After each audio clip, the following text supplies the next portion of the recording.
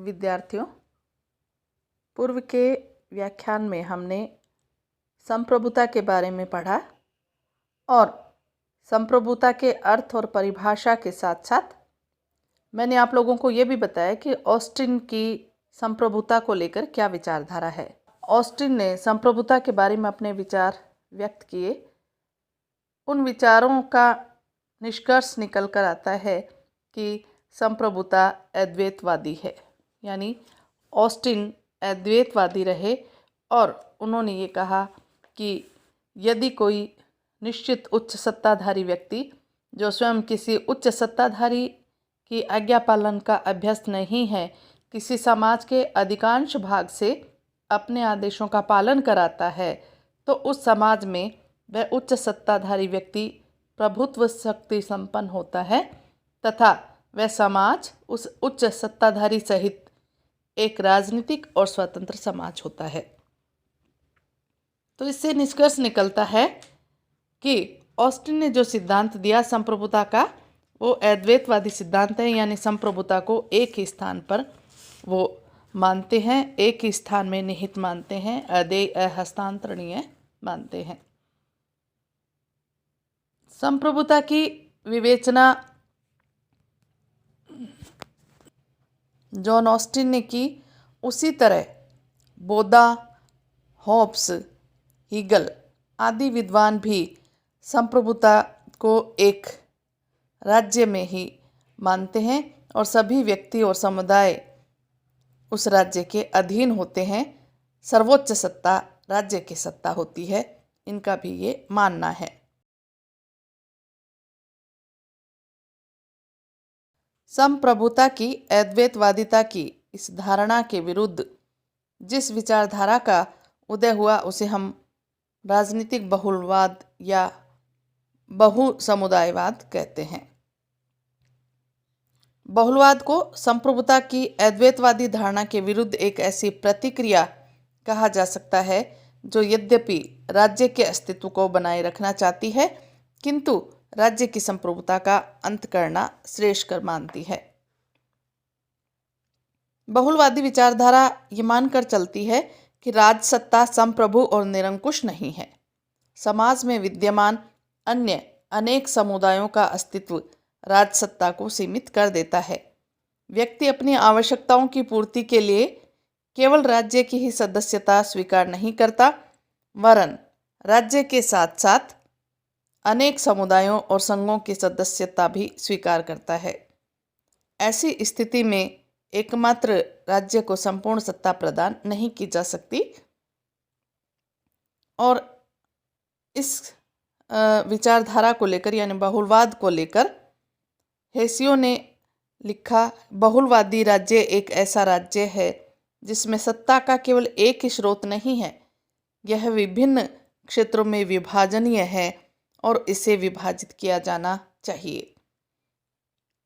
इसी तरह से बार्कर ने भी कहा कि कोई भी राजनीतिक सिद्धांत इतना निष्फल नहीं हुआ जितना कि प्रभुत्व संपन्न राज्य का सिद्धांत निष्फल हो चुका है, यानी अद्वैतवाद की बात वो यहाँ कर रहे हैं।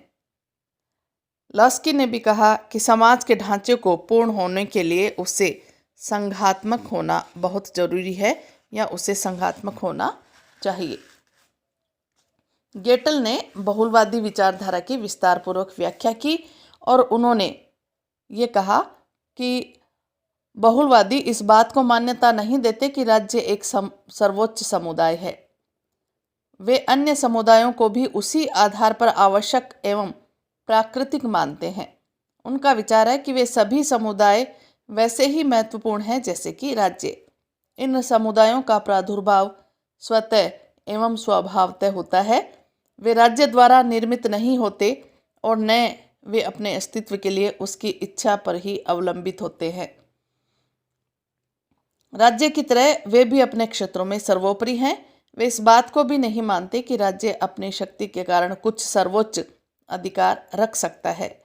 वे उन सभी समुदायों के समान अधिकार में विश्वास करते हैं जो अपने सदस्यों को एक सूत्र में पिरोकर अपने लिए या उनके लिए महान कार्य करते हैं।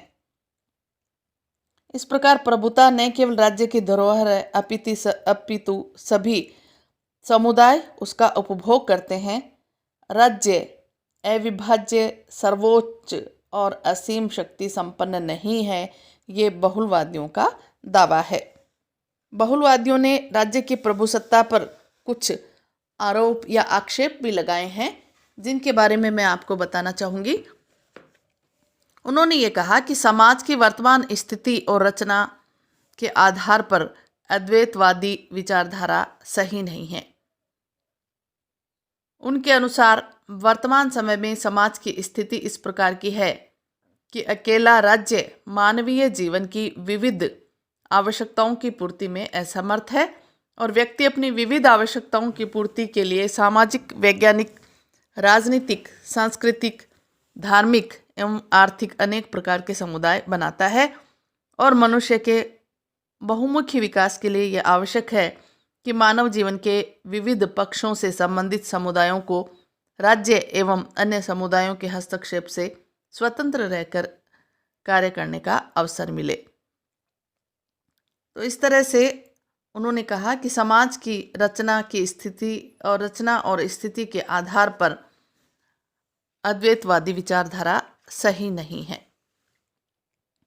फिर उनका ये कहना है कि ऐतिहासिक दृष्टिकोण के आधार पर भी यह उचित नहीं। बहुलवादी ये मानते हैं कि इतिहास इस बात का साक्षी है कि ऑस्टिन के पूर्ण प्रभुत्व संपन्न राज्य की सत्ता कभी नहीं रही। प्राचीन काल में भारत अथवा यूनान में इस प्रकार का कोई राज्य नहीं था और अरस्तु ने यद्यपि राज्य को सब सामाजिक संगठनों में सर्वोच्च बताया था, तथापि उसे कानून से उच्च नहीं समझा जाता था और तत्कालीन राज्य परंपरागत नियमों और रूढ़ियों की अवहेलना भी नहीं करता था। प्राचीन भारत में धर्म का स्थान राजा की आज्ञा से ऊपर था। इसी तरह हॉब्स को भी जब हम पढ़ते हैं तो हॉब्स ने लेवियाथन को निरंकुश सत्ता के रूप में स्वीकार किया, लेकिन अंतिम रूप से उन्होंने ये कहा कि यदि वो लेवियाथन व्यक्ति को अपने जीवन से संबंधित किसी भी तरह की क्षति पहुंचाने का आदेश देता है तो वो आदेश स्वीकार्य नहीं है। और व्यक्ति के विकास के आधार पर भी बहुलवादी ये कहते हैं कि संप्रभुता का विचार व्यक्ति के विकास में बाधक है, क्योंकि यह राज्य को चरम साध्य और व्यक्ति को साधन मात्र मान लेता है। राज्य व्यक्ति की प्रगति तथा आत्मसंतुष्टि का साधन मात्र है और व्यक्ति की यह विकास तथा संतुष्टि बहुमुखी होती है। ऐसी स्थिति में राज्य और किन्हीं अन्य समुदायों के बीच विरोध उत्पन्न होने पर व्यक्ति को अपने विवेक के अनुसार अपनी भक्ति निर्धारित करने का अधिकार होना चाहिए, जो केवल बहुलवादी व्यवस्था में ही संभव है। लॉस्की ने कहा कि मैं केवल उसी राज्य के प्रति राजभक्ति और निष्ठा रखता हूँ, उसी के आदेशों का पालन करता हूँ जिस राज्य में मेरा नैतिक विकास पर्याप्त रूप से होता है। हमारा प्रथम कर्तव्य अपने अंतःकरण के प्रति सच्चा रहना है। तो इस तरह से व्यक्ति की विकास की बात यदि हम करें तो बहुलवादियों के अनुसार संप्रभुता की धारणा जो अद्वैतवादियों ने की वो सही नहीं है। लोकतंत्र के आधार पर भी यदि हम देखें तो सच्चे लोकतंत्र की स्थापना प्रभुसत्ता संपन्न राज्य में नहीं वरन बहुलवादी व्यवस्था में ही संभव है। वर्तमान लोकतंत्र में शासन पर जनता का कोई नियंत्रण नहीं है। वास्तविक शासन नौकरशाही द्वारा किया जाता है, जो व्यक्ति के विकास में बाधक है और लोकतंत्र का एक तरह से उपहास उड़ाना है। सच्चा लोकतंत्र तो व्यक्ति के विकास में सहायक होता है तथा इसका अभिप्राय व्यक्ति द्वारा शासन के सभी कार्यों में सक्रिय रूप से भाग लेना है। यह केवल बहुलवादी व्यवस्था में ही संभव है, जो विकेंद्रीकरण और मानवीय जीवन के विविध पक्षों में उचित महत्व पर आधारित होता है। कानून के स्वरूप के आधार पर यदि हम देखें तो ऑस्टिन ने कानून का एकमात्र स्रोत राज्य को माना था और यह कहा था कि कानून प्रभु सत्ता संपन्न राज्य का आदेश मात्र होता है। किंतु सर हेनरी मैन, डिग्विट और क्रेब आदि ने कानून के स्वरूप की गंभीरता या गंभीर व्याख्या करते हुए निष्कर्ष निकाला कि राज्य न तो कानून का निर्माता है और न ही उससे उच्च है। इन विचारकों के अनुसार राज्य कानून का निर्माता नहीं अपितु उनका अन्वेषक या घोषणा करने वाला ही है। क्रैब ने यह कहा कि कोई नियम कानून के रूप में इस कारण मान्य नहीं होता है कि वह राज्य का आदेश है या उसे राज्य ने बनाया है। उदाहरण के लिए, जैसे यदि चोरी या मानव हत्या इसलिए अपराध नहीं है कि राज्य ने अपने आदेश द्वारा ऐसा निश्चित किया है, अपितु इसलिए अपराध है कि समाज की नैतिक बुद्धि उसे अनुचित समझती है। तो राज्य कानून का निर्माता और कानून से उच्च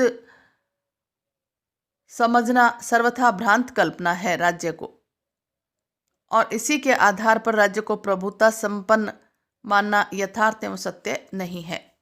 फिर अंतर्राष्ट्रीयता के आधार पर संप्रभुता के सिद्धांत की भी आलोचना दो प्रकार से की जा सकती है।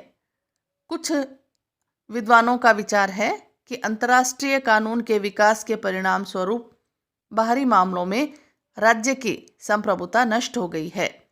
इसके अतिरिक्त बहुलवादी यह भी कहते हैं कि संप्रभुता का सिद्धांत ही संघर्षों एवं युद्धों का जनक है और विश्व शांति बनाए रखने के लिए संप्रभुता के सिद्धांत का त्याग एक अनिवार्य आवश्यकता है। लॉस की संप्रभुता की धारणा को अंतर्राष्ट्रीय शांति के लिए बहुत अधिक भयानक मानता है। उसके शब्दों में, असीमित एवं अनुत्तरदायी संप्रभुता का सिद्धांत मानवता के हितों से मेल नहीं खाता, और जिस प्रकार राजाओं के दैवी अधिकार समाप्त हो गए वैसे ही राज्य की संप्रभुता भी समाप्त हो जाएगी।